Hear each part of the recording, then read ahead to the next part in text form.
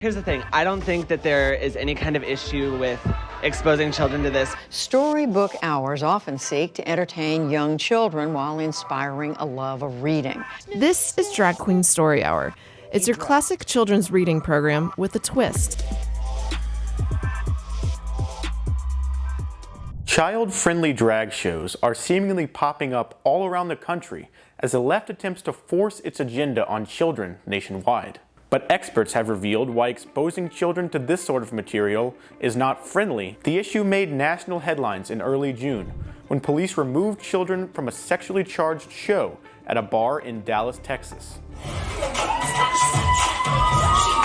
Videos from the event showed men dressed up as women, dancing suggestively as children looked on. The event was advertised as a family-friendly drag show called Drag the Kids to Pride.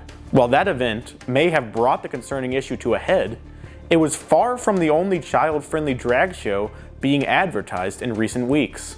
Twitter account Libs of Tik Tok shared a thread showing both videos and advertisements for similar shows in Minnesota, Pennsylvania, Arizona, and Indiana, just to name a few. A few days after sharing the thread, Libs of Tik Tok was locked out of its account by Twitter for violating its rules against abuse and harassment. You can make your own determination regarding what that says about the higher-ups at Twitter.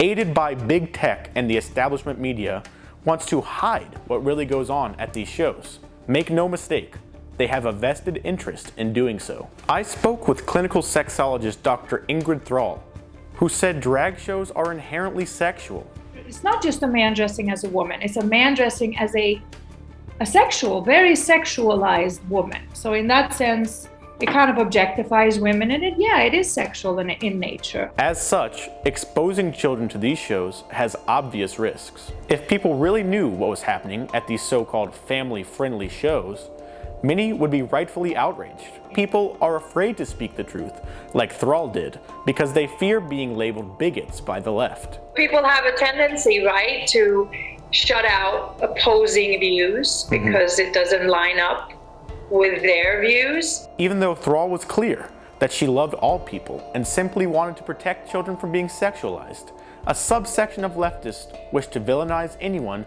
who questions their radical ideas. Despite the lies these people may tell, Thrall is absolutely correct.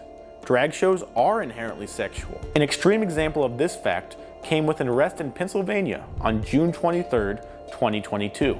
Bryce Patrick Ryshawn Williams, who performs as a drag queen under the name Anastasia Diamond, was arrested and charged with 25 Class 2 counts of felony child pornography.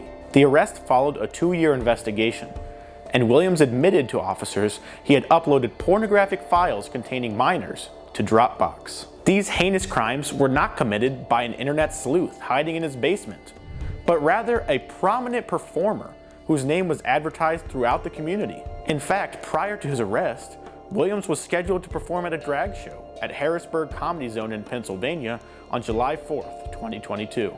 Obviously, not all drag queens are acquiring and distributing child pornography. However, they are all performing inherently sexual shows. The arrest in Pennsylvania reminds us how serious this issue is, and that's why child-friendly drag shows are impossible. Children do not belong in the audience for drag shows, under any circumstances.